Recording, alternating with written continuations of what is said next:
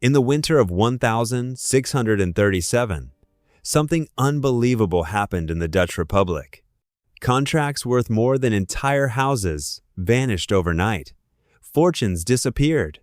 Families were ruined. And the cause of it all? A flower. How did a simple tulip bulb become more valuable than a canal-side mansion in Amsterdam? How did a society known for discipline, trade, and innovation fall into a frenzy so extreme that people traded their life savings for something that hadn't even bloomed yet? And the most important question, was Tulip Mania really the first financial bubble in history, or is that just what we've been told? To understand how flowers became worth more than houses, we need to go back to the beginning. The 1600s were a time of explosive growth for the Dutch Republic. Amsterdam was the financial capital of the world. The Dutch East India Company had pioneered the modern stock market. Global trade was booming. Wealth flowed through the canals. This was a society comfortable with risk, speculation, and innovation.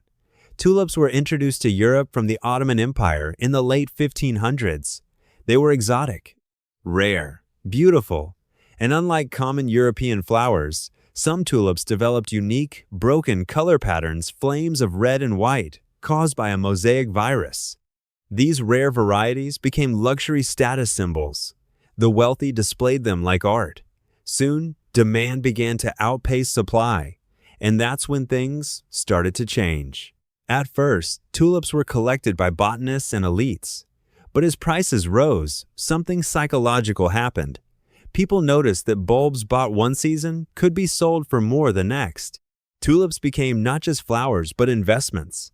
Because bulbs were planted in winter and lifted in summer, traders began selling futures contracts, agreements to buy bulbs later at a set price.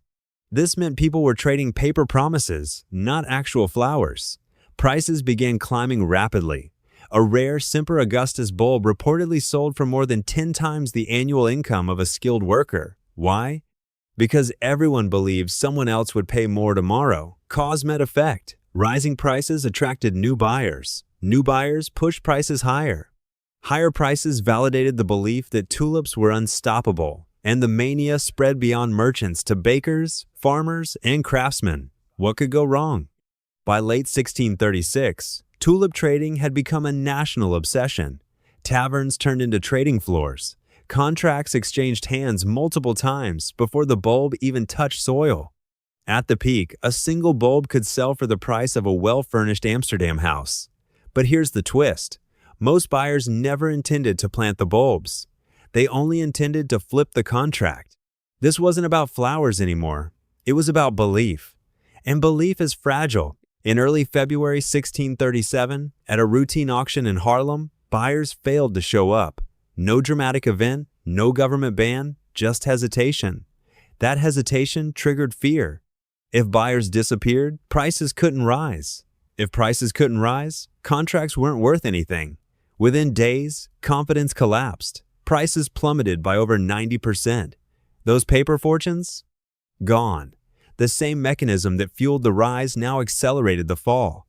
Contracts were suddenly unenforceable. Buyers refused to pay. Sellers demanded compensation. Lawsuits followed. The Dutch government attempted to calm the chaos by converting contracts into small cancellation fees, but trust was already broken. However, here's the surprising part. The broader Dutch economy did not collapse.